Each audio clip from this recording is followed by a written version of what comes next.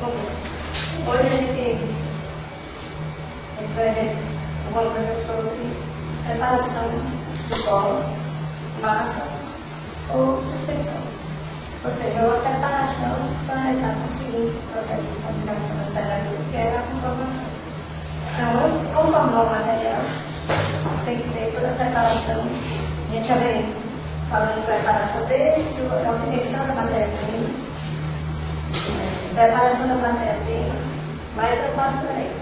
Porque cada processo de conformação existe um tipo de preparação da massa, ou do corpo, ou da suspensão, para conformar o material.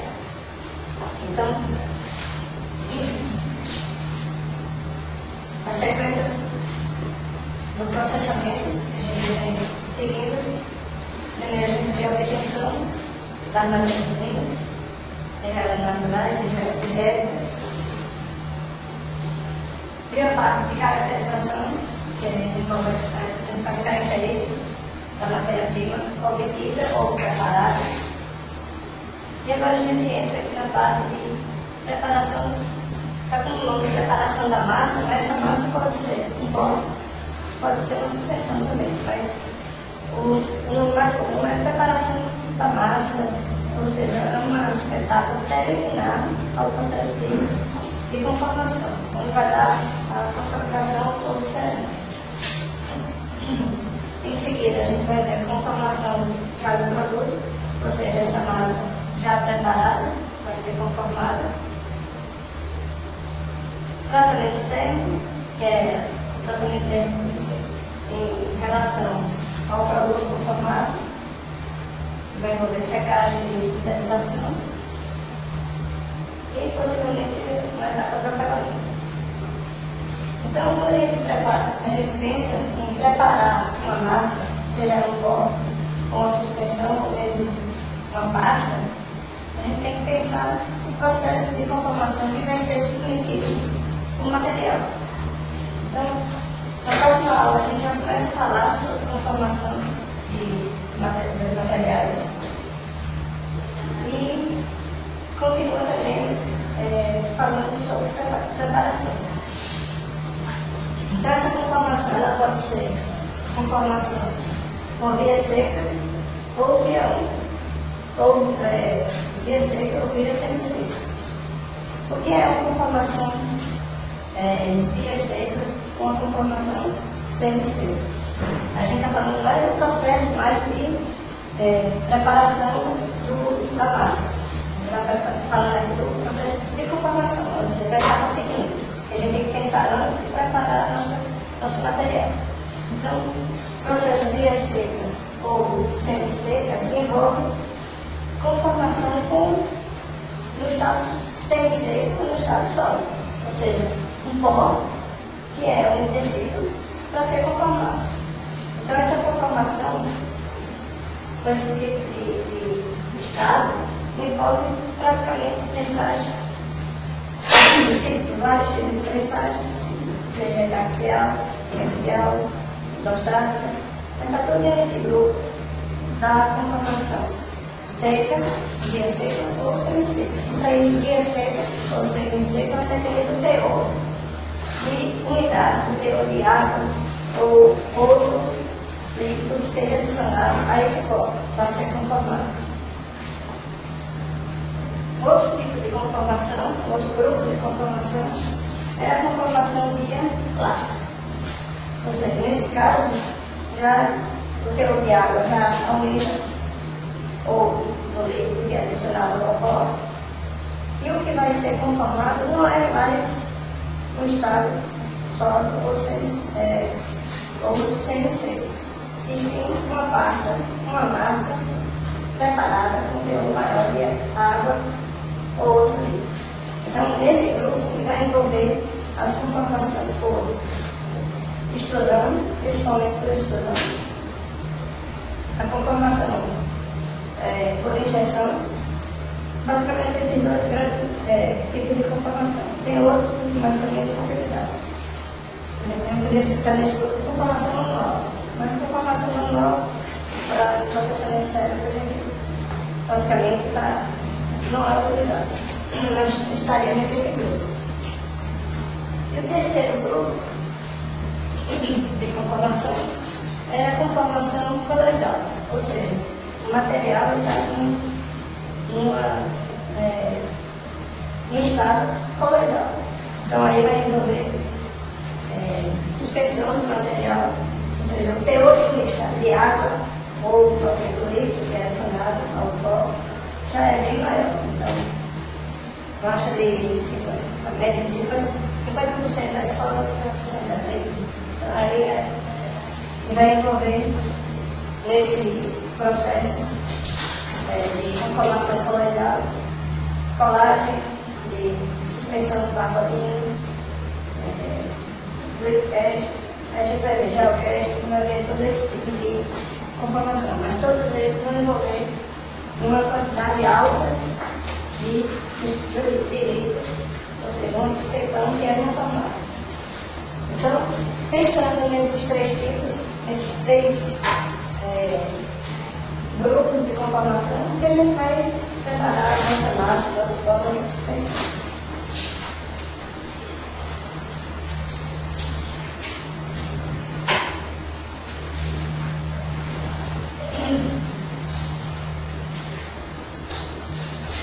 Então, seguindo essa característica do teor de umidade do material, a gente começa com um teor de umidade considerado zero lá no início e vai aumentando esse teor de umidade.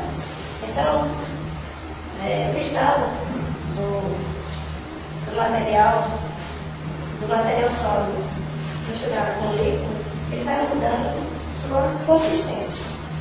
Então, o material sai lá do estado sólido, passa pelo estado semissólido, depois tem o estado plástico e depois o estado líquido. Então, são basicamente 4 estágios de consolidação, de coerência do pó, de consistência desse pó. E essa consistência vai mudando de acordo com o teor de umidade. Então, se a gente tem lá no estado sólido, a gente tem um pó seco. Então, nas primeiras aulas a gente falou que esse teor de água era na faixa de, se não me engano, de 0 a 3%. Então, zero, praticamente esse zero é um teor bem reduzido mesmo de líquido. Então, o material que trabalha nesse estado sólido tem baixíssimo teor de umidade. Então, à medida que a gente vai aumentando esse teor de umidade, o pó já vai passar para o estado semi-seco. Então, tem uns limites que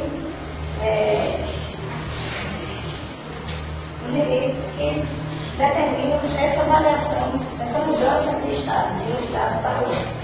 Então, o LC quer dizer que é o limite de contração do material, ou seja, o material, quando ele é adicionado à água, depois tem que se retirar essa água que é adicionada ao material.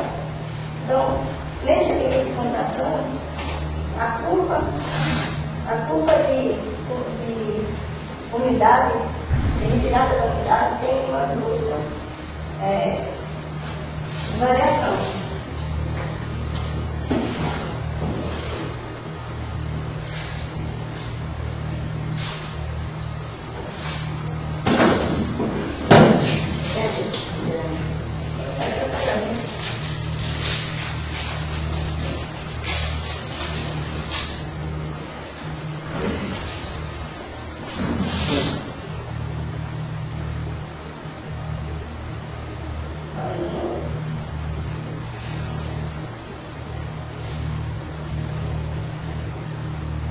Vai ter a delimitação global de umidade. E aqui a alteração do material. À medida que a gente vai aumentando,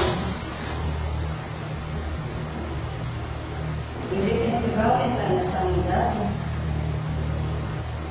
o material tende a retrair.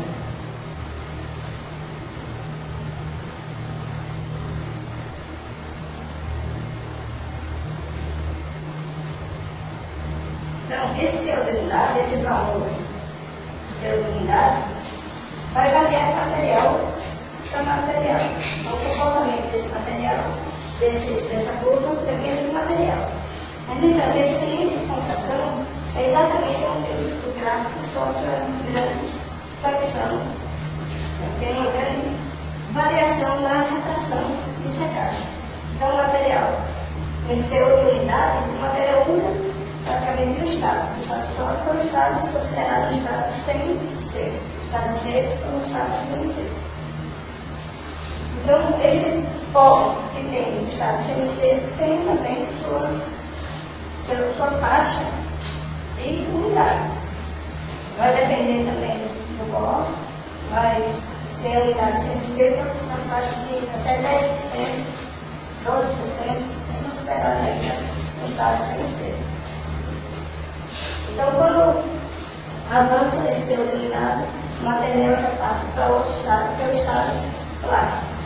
Esse estado plástico, ele vai ser regido, ele vai ser caracterizado por um índice de plasticidade do material. Então, os limites que vão determinar o estado plástico é o LP e o LL, que significa o limite de plasticidade, ou seja, abaixo disso o material deixa de ser plástico. E o limite de liquidez, acima disso o material deixa de ser plástico, passando para o estado líquido. Então, esse limite de plasticidade, esse índice de plasticidade é determinado pela diferença desses dois limites. A gente vai ver em seguida. Aumentando, passando do limite de liquidez, a gente tem o estado líquido, ou seja, tudo que está no estado líquido a gente se refere a uma suspensão material que está no estado, dependendo da tamanho das partículas, mas normalmente no estado polarizado.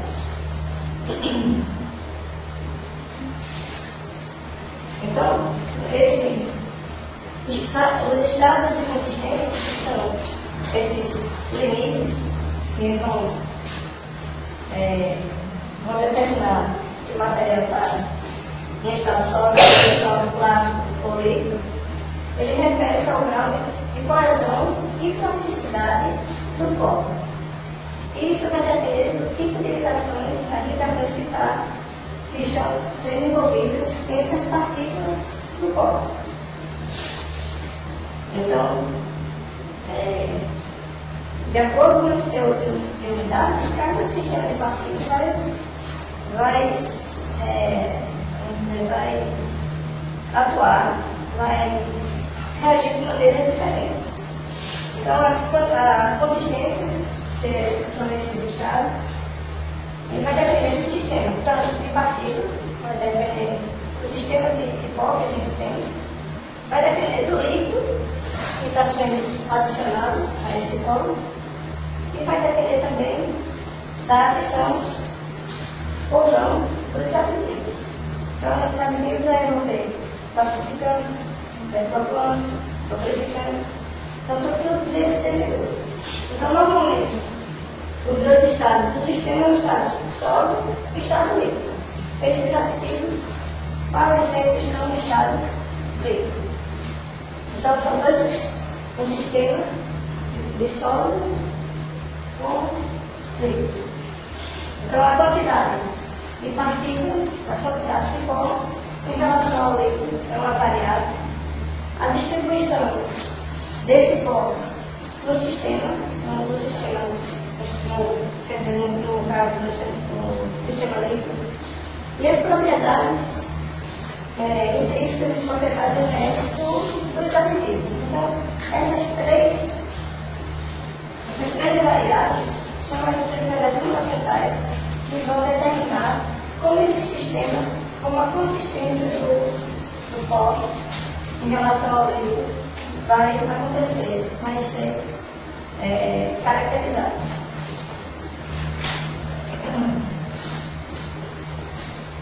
Então, quando a gente for falar de prensagem, a gente vai estar lá falando de estado sólido e estado semissólido.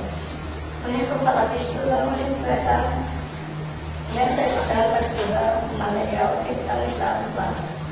E Quando a gente for falar de colágeno, que são os três principais técnicas de conformação, a gente está falando de suspensão, a gente vai precisar de preparar uma suspensão. Certo?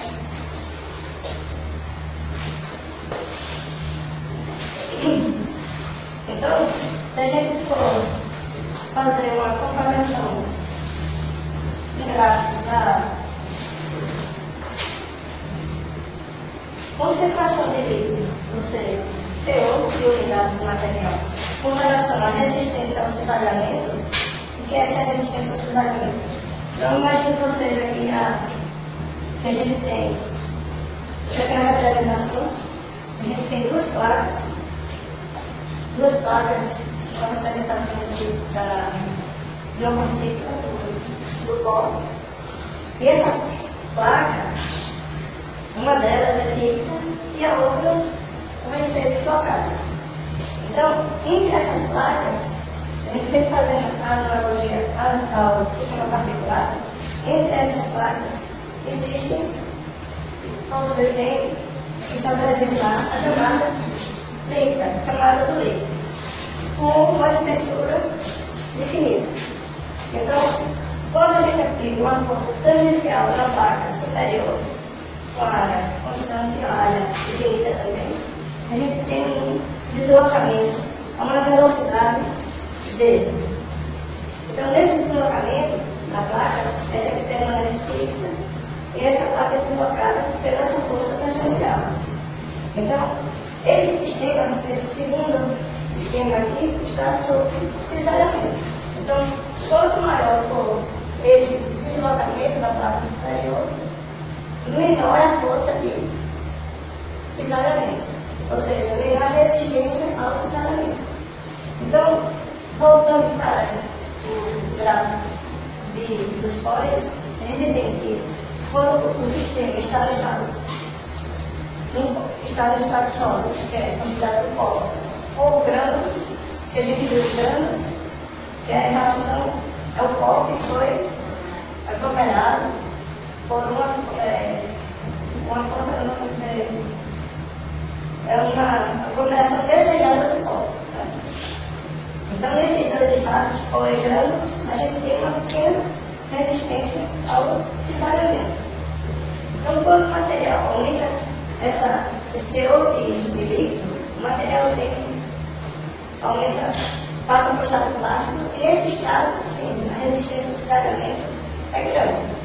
É o maior a resistência ao cisalhamento. Então, à medida que a gente vai aumentando esse teor de umidade, o material começa de novo a perder a resistência a esse cisalhamento. Então, o material está ali, aqui está denominado pasta, mas o estado é plástico ainda. Vamos dizer assim, lá no estado plástico, a maior resistência ao cisalhamento é onde o material tem maior índice de plasticidade. Então, eu vou colocar os índices aqui para vocês não esquecerem. Esse de contração tem o limite de plasticidade,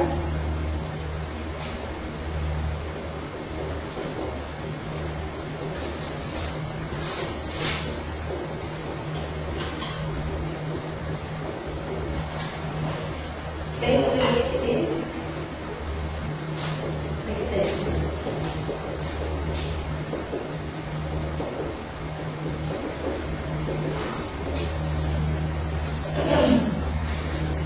Então, a diferença entre o limite de liquidez e o limite de plasticidade, que é a técnica mais comum de vai ver em seguida, termina o índice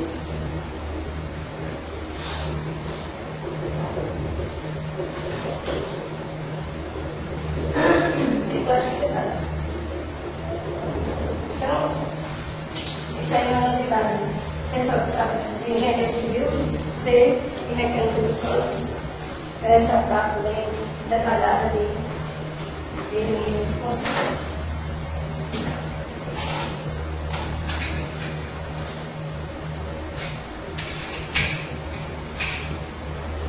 Então, nessa maior resistência ao cisalhamento, o material está lá no vamos dizer, ele tem um maior índice de plasticidade, é o dado plástico superior desse material.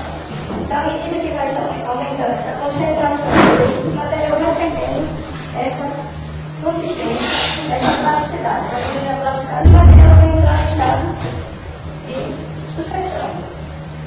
Então, teoria do elevado e também com uma resistência, uma baixa resistência ao cisalhamento.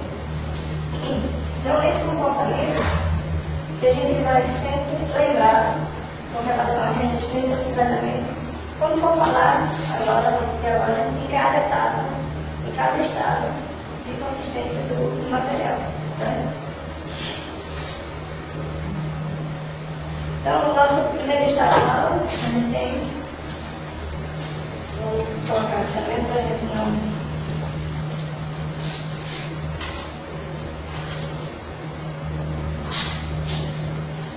conserva.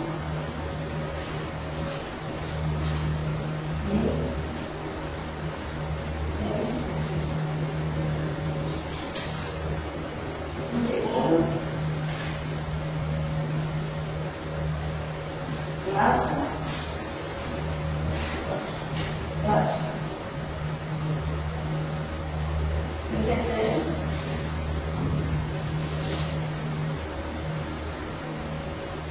suspensão. Então, na aula de hoje, a gente vai dar uma ênfase maior à massa plástica, ao estado plástico e às suspensões cerâmicas. À medida que a gente for falando do processo de conformação, a gente volta a falar sobre esses estados, principalmente esse estado seco e sensível. No entanto, para a gente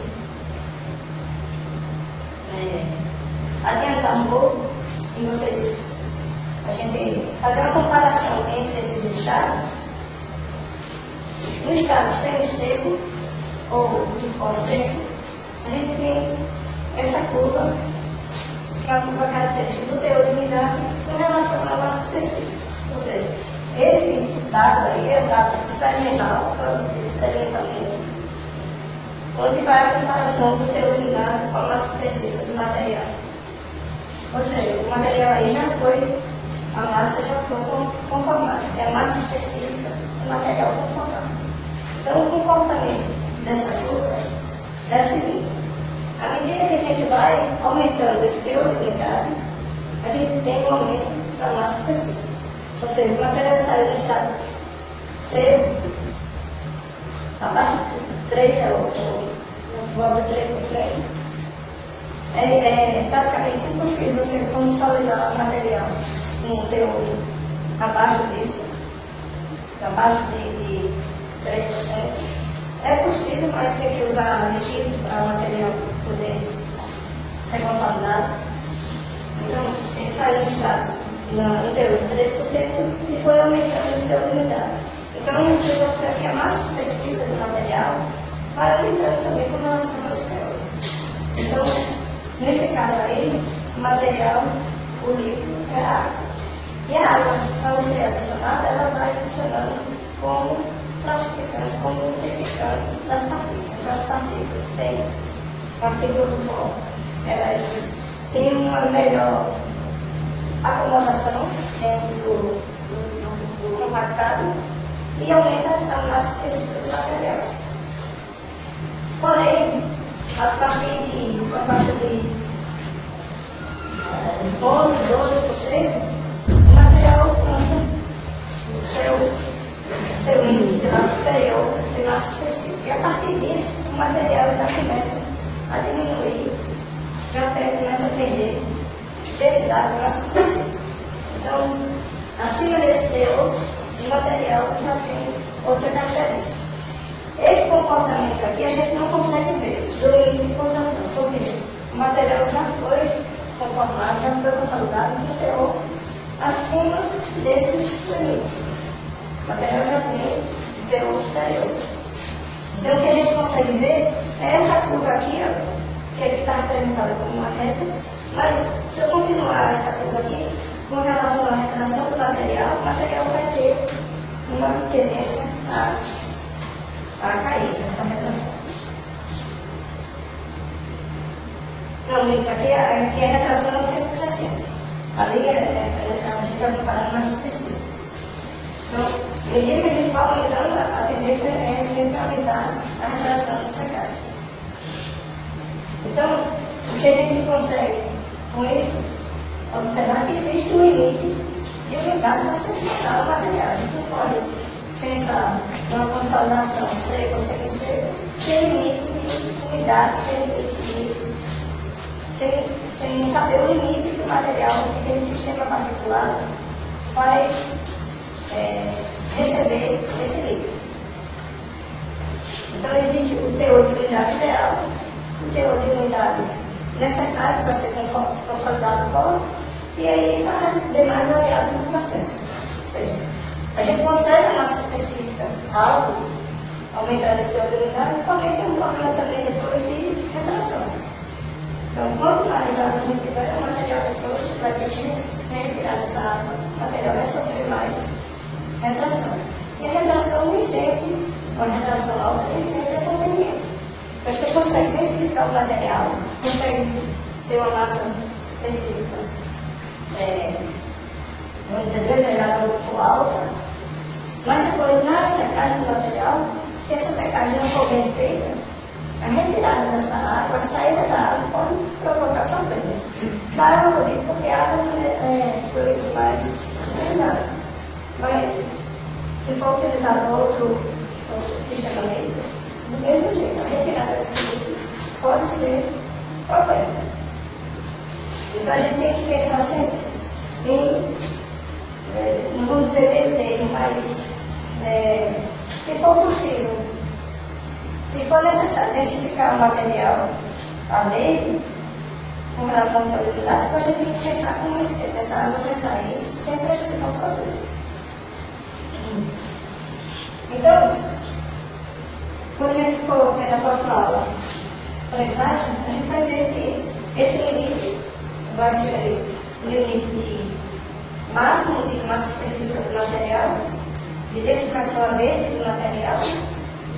E também, a partir desse limite, você pode ter problemas de pressagem. O principal problema é vazamento. O que é vazamento? O material está lá no estado sólido, adicionado no líquido.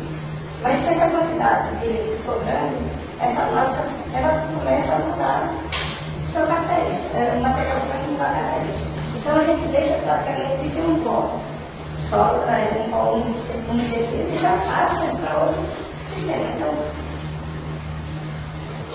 pressagem, a gente nunca pode ter uma massa plástica. Nunca pode ter uma massa no estado plástico, porque a tendência é vazar. Então, o material, a pressagem, como a gente vai ver na próxima aula, consiste em colocar o material dentro do molde. Todo mundo já viu pressagem? Vocês? Você já viu essa pressagem de material? Gravando. Então, tem um molde, né? Coloca dentro do molde o pó e aplica a pressão. Então, esse molde, onde é colocado, tem uma parte fixa e outra que você vai ter que tirar, colocar o pó. Retirar e colocar o pó. Então, esse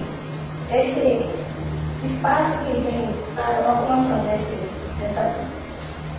da parte superior do molde tem brechas. Então, se o elemento está num estado plástico, a tendência é vazamento dessas brechas. Então, o material vaza mesmo. Então, na hora que a gente pensar em consolidação de pressagem, se o material tem um teor de umidade superior ao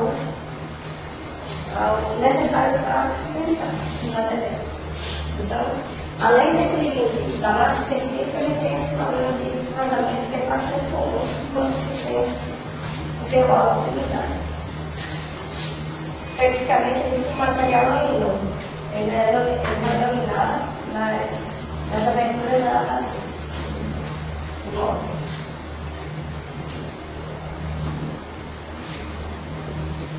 Então, pessoal, quando a gente for falar na próxima aula de pressagem, a gente nota para falar sobre essas características principais do processo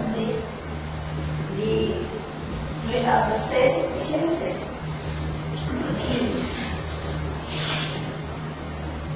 Então vamos agora passar para o outro estado, que é o estado plástico, a massa plástica, que necessita ser formada para ser consolidada.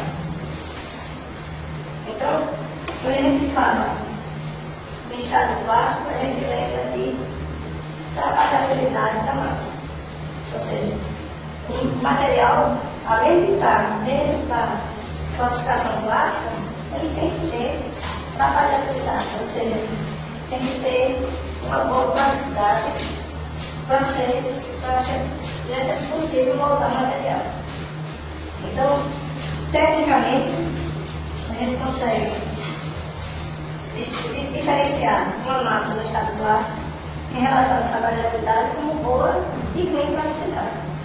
Então, sempre que a gente quer para conformar é ter essa boa plasticidade. Então, quando a massa se adapta perfeitamente ao processo específico de conformação, a gente está dizendo que o material está adequado, está com uma plasticidade boa para ser utilizado nesse processo de conformação. Certo? E plasticidade, que a gente já vinha falando anteriormente, que é uma característica bastante comum dos materiais plásticos, principalmente das argilas. A gente se refere ao grau de deformação da massa até ela entrar em ruptura. Então, mais na frente a gente vai ver um gráfico de tensão e deformação. Então, o estado plástico vai estar presente nesse gráfico, o material. Ele sai do estado elástico para o estado plástico e tem esses seus limites. Então, essa plasticidade